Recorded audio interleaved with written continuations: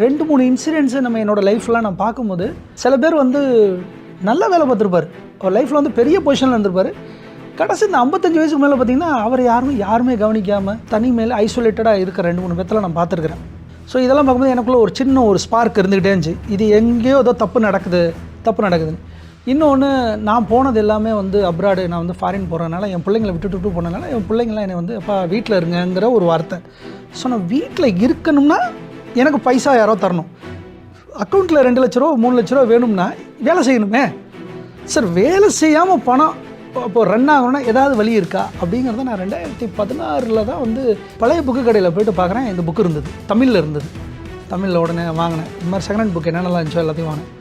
ஒரு 10 பேஜ் தான் படித்தேன். ஆனால் இவ்வளோ பெரிய மேட்ரு இதுவே யாருமே சொல்ல, ஸ்கூலில் சொல்ல யாருமே சொல்ல, டீச்சர்ஸ் யாருமே சொல்லலை, கூட இருக்கிற யாரும் சொல்ல, அம்மா அப்பா சொல்லலை, எதுவுமே சொல்ல. அப்போ நம்ம பணம் நமக்காக வேலை செய்யுது இருக்குது, ஆனால் நமக்கு தெரியாது.